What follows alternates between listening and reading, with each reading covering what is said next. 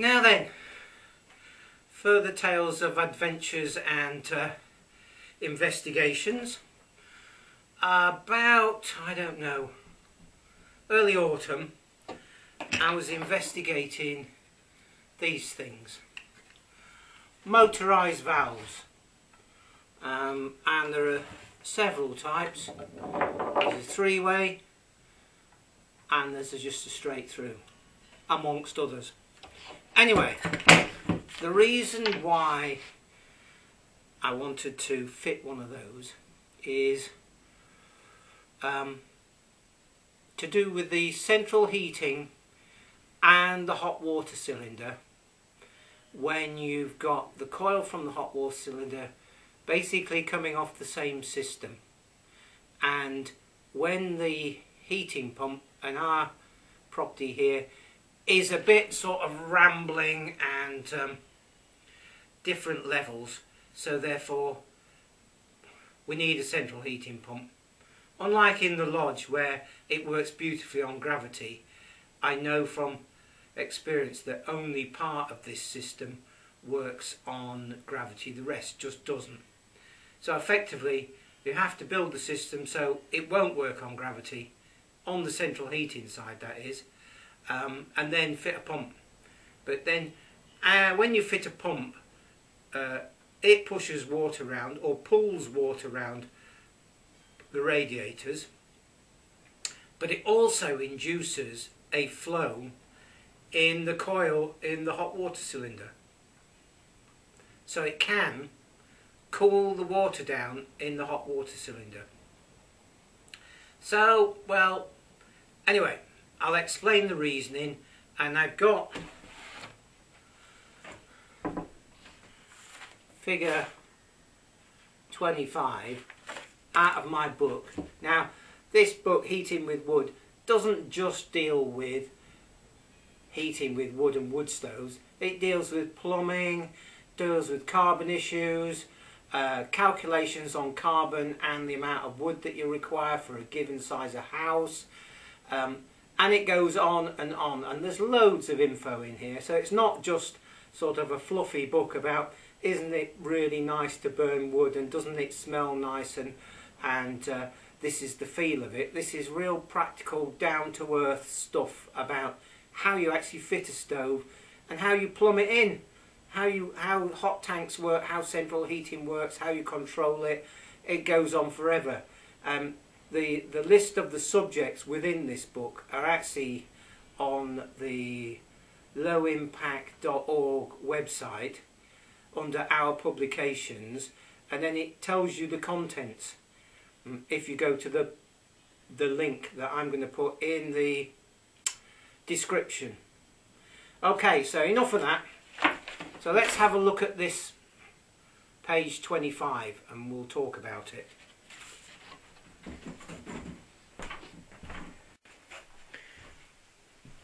Okay, let's have a look at page 80.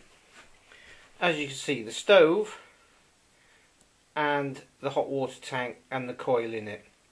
Now these pipes here are 28mm because that is the gravity bit. Yeah, and we go up here and this is still 28mm, and that's the expansion. So that wants to be quite high and then come down quite a long way. Just allows for variation in pressure, etc, etc. And on this diagram we've taken off the link to the central heating here, but you can take them directly from here and here. Doesn't have to be there.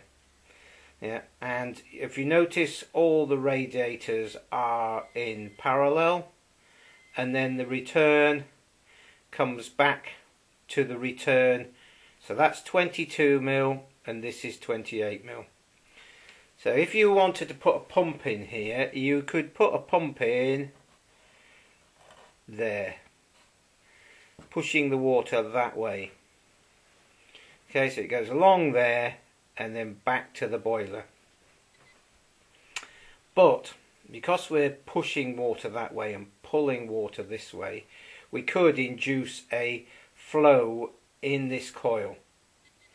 So we want to isolate the coil without having a pressure problem, only when the pump is running.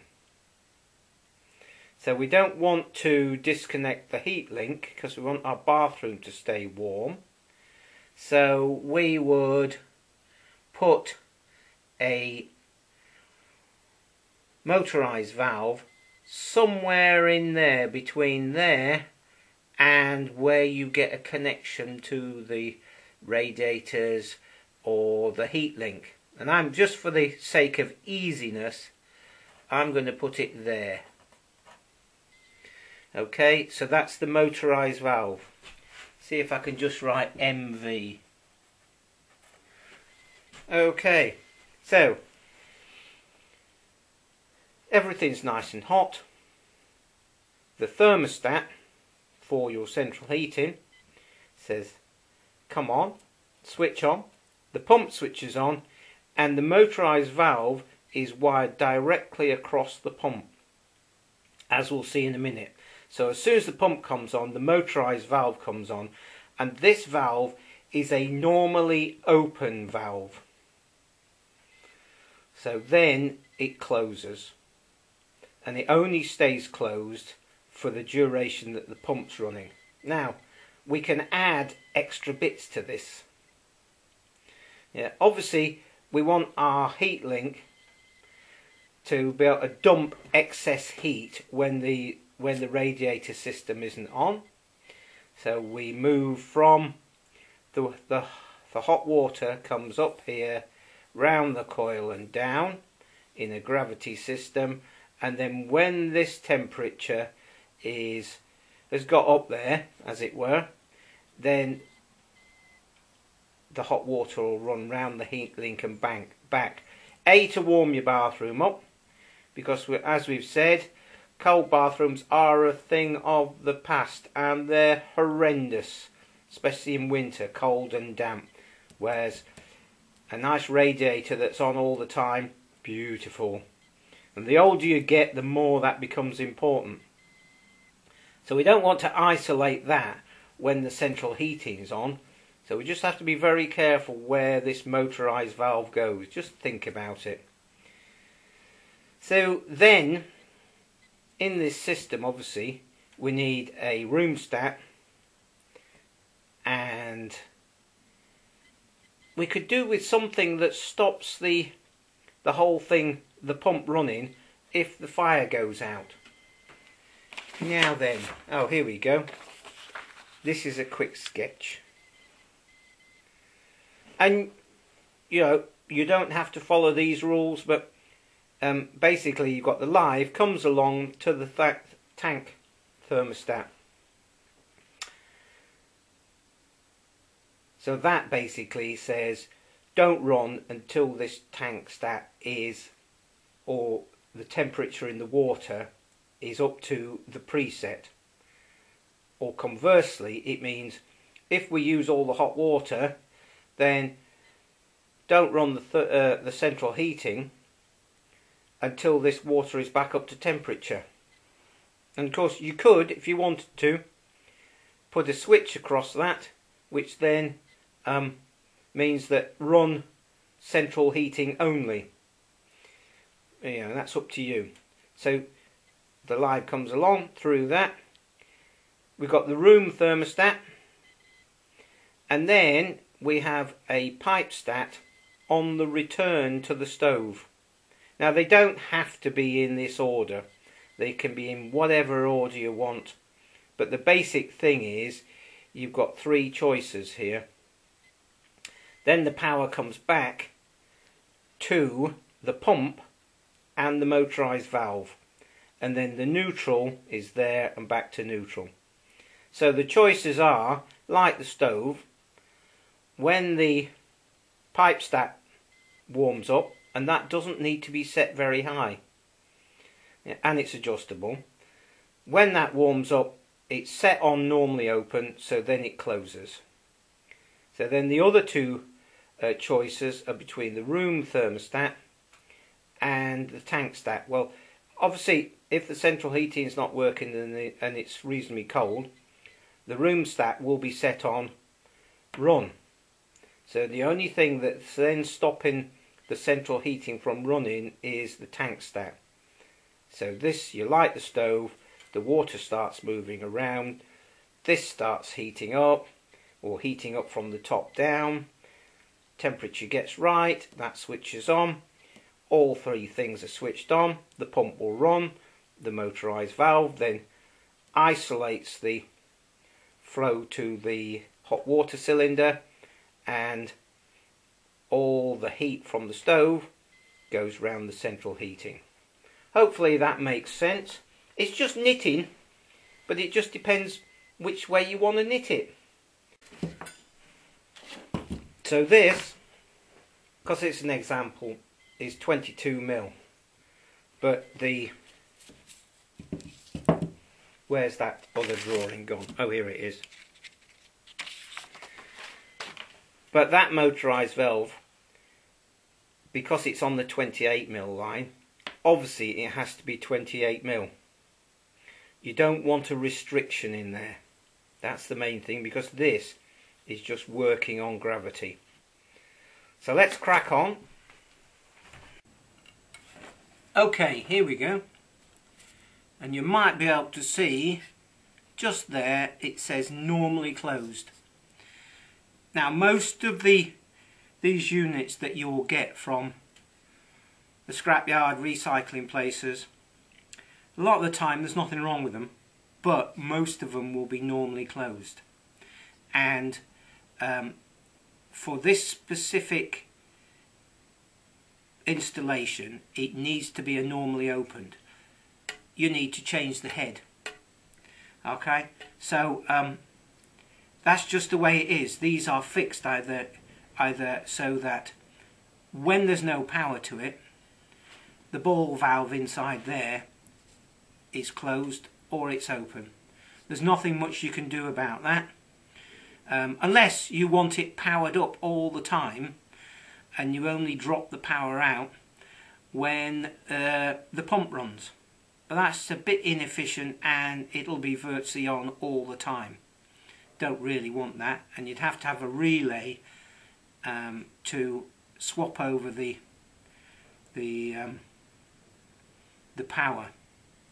Okay, so that's not really a very useful thing to do, because you'd have the relay running all the time as well. Things get hot, you know, if they're on permanently and it's using more power, etc, etc. So what I wanted to do was, I was learning about these, and then I was looking at this one and experimenting with the wires, and I found a fault on this, and it's just interesting to see it. The blue's the neutral, the white in this case is halfway, and the white and grey is all the way. Okay, then we've got an earth, green and yellow, and an orange. We'll ignore those. Yeah, the earth obviously is important when you get round to fitting these sort of things, although hopefully the whole of your central heating will be earthed anyway. So anyway, enough of that. Let's have a look at the fault in this.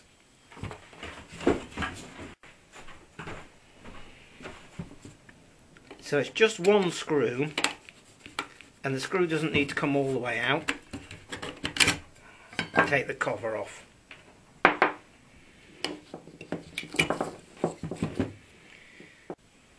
And we've got the quick connect again, so we'll connect the neutral there and those two there, just so you can see what's happening. And what we're looking at is that little lever there, and there are two micro switches there. Okay, so we need to just block this up a bit so we can see properly.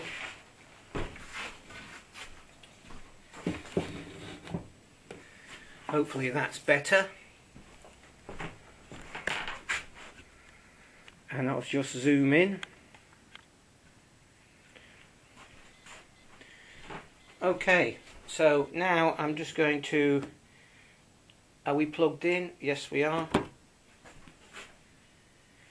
Hopefully you can see that moving. Click.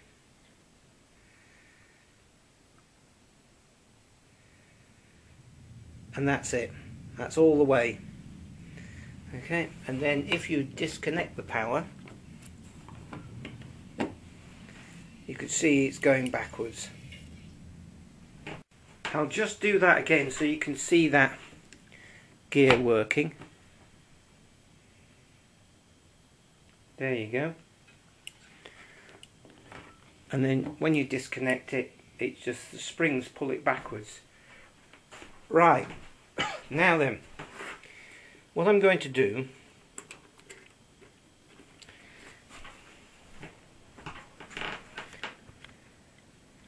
where is it? There it is. I'm just going to connect the white only, the white and the blue.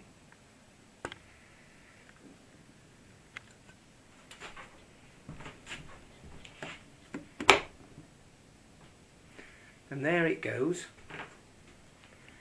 And it goes halfway and stops. Okay? And then if you disconnect, it stays there. And I thought there was some sort of delay in this, but until I went... So there's something in this geared motor that's probably quite worn, and when it goes all the way to the end, these springs are tight enough to pull it backwards, but when you go halfway,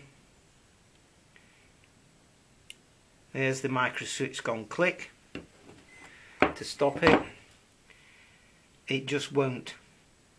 So one can change the motor, or you know, the inventive of us would have this apart and find out where the problem is.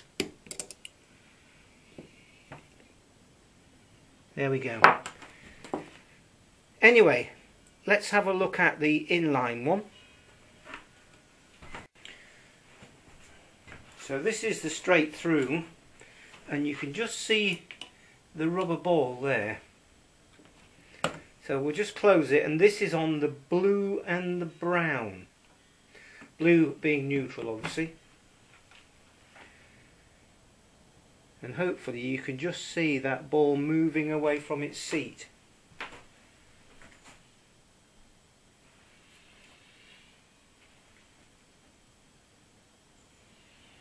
And then you just disconnect and it goes back. Now there is a grey here as well.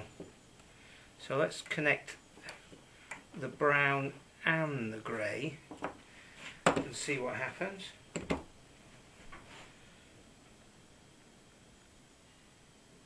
Yeah, it's moving as well. So maybe the grey is a remote control from something else. But that's opened up basically. Hopefully that makes sense. And then when you disconnect, it's coming back. Except it's not. Now that's interesting. Let's remove the grey, leaving the brown in place. No. Right, we'll just have to move this so you can see it. So there we go. And let's just flick this.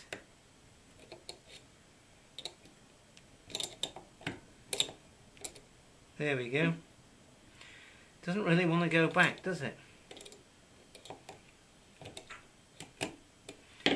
Right, let's connect the power up again. Hopefully you can still see this. Yeah.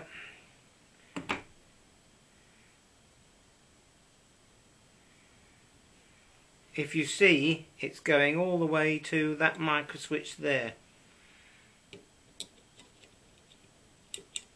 but it's not actually getting all the way, and there is only one micro switch.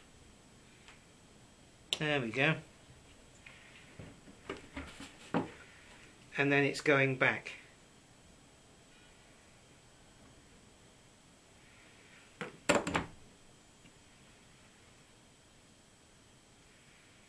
So we're going to have this one apart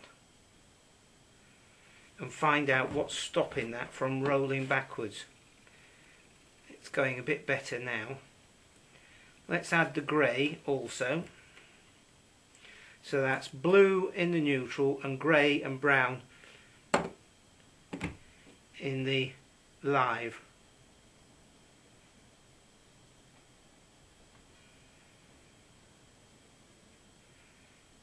It's not really pushing the micro switch, but it's going back. Okay, further investigations required. So I've taken that screw out there, undo them, that screw there and that screw there. There. So you have to wiggle it a bit. Okay. And then that is quite seized. So let's put something on there. So let's just give that a spray.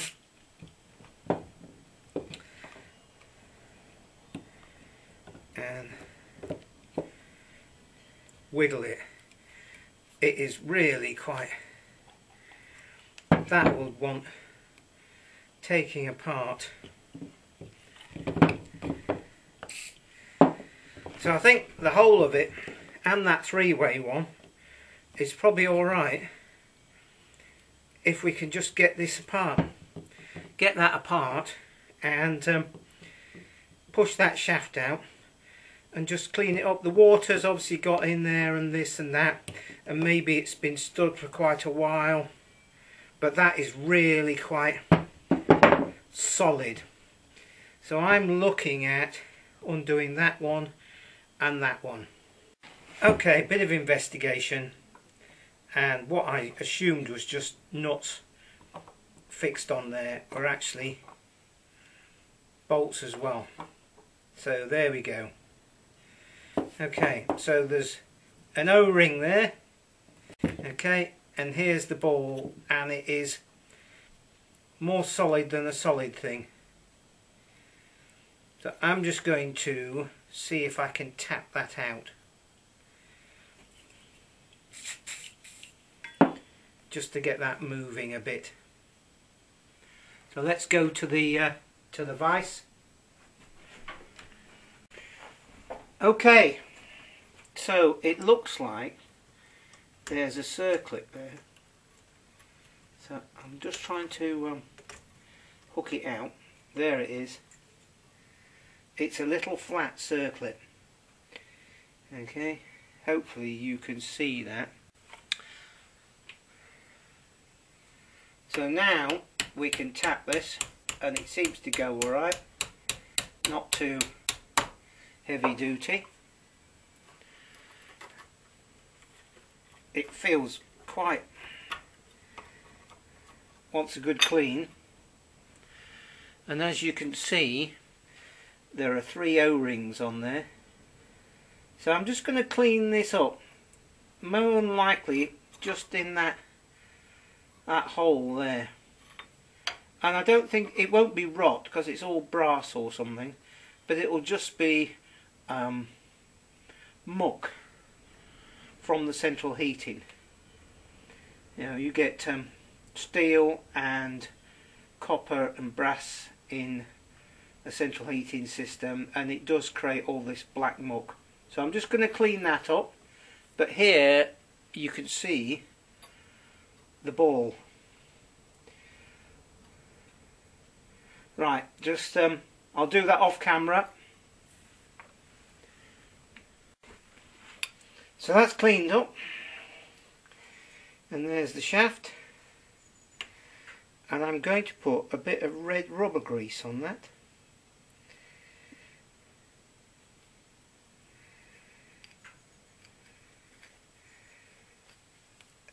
There we go.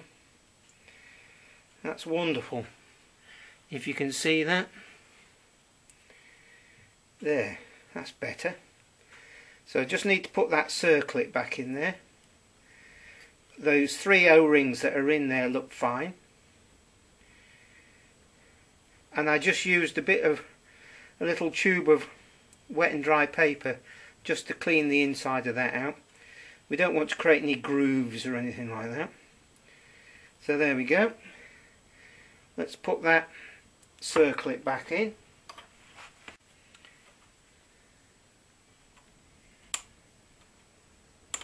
There we go. Click! Now that moves better.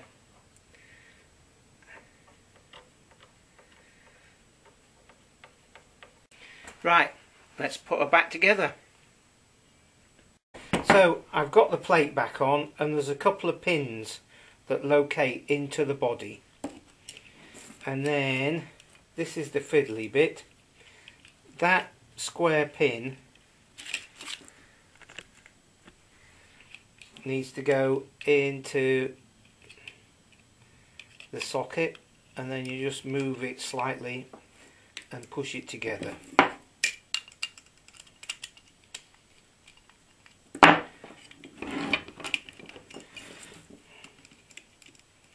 So I think that 3-way one, because it won't go back, I think again it's just that shaft that is tight. So once I've done this and tested it, I'm going to have that one apart as well. So I'll just put that back together. So let's just put some power into this.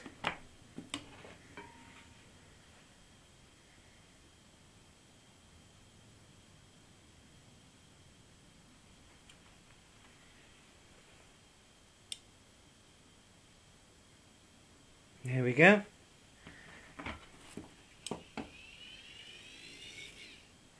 Let's turn it round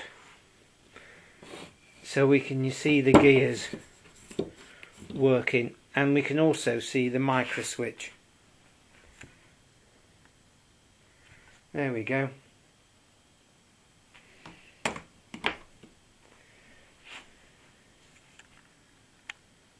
Can't see. There it goes. There it's moving.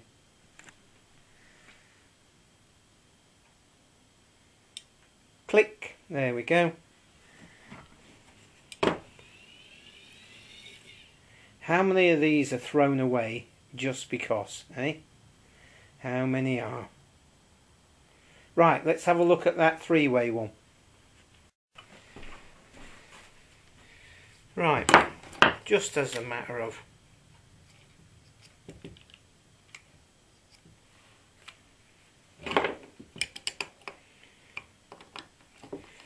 to stop any possible fiddling around.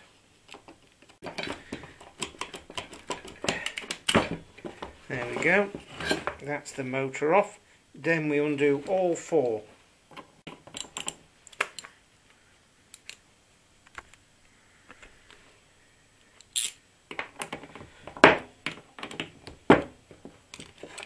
Oh, that's not bad. But it only goes so far and then is a bit tight.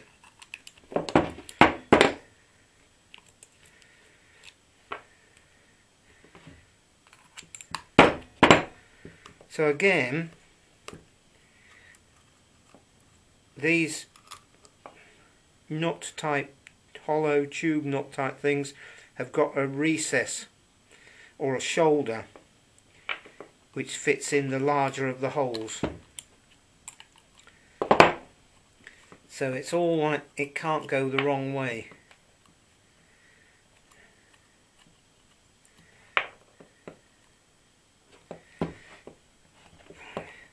I'll just get that apart off camera because it might just need a little bit of tapping.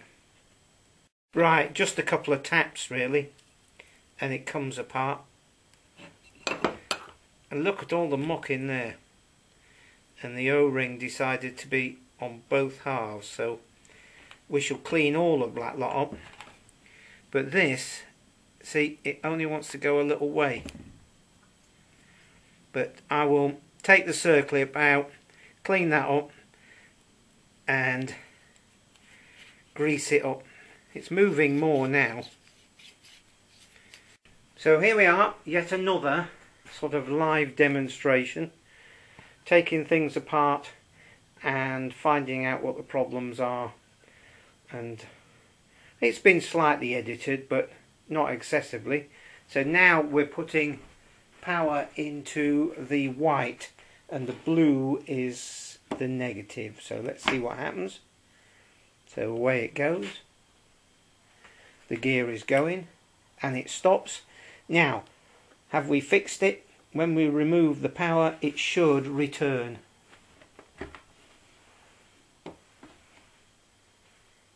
No, it's not.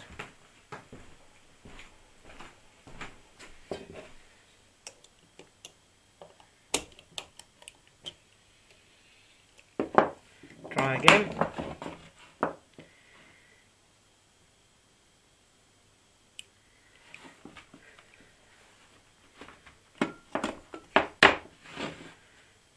So we obviously had two faults, and the other fault must be in this gearbox.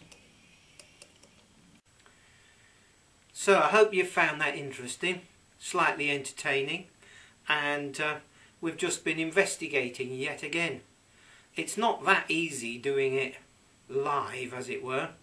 I mean, I have the opportunity to edit stuff out and retake it, but I try not to. You're in the heat of the moment, which is why it all seems a little bit sort of chaotic at times. But I suspect that's part of the fun of it. Catch up with you soon.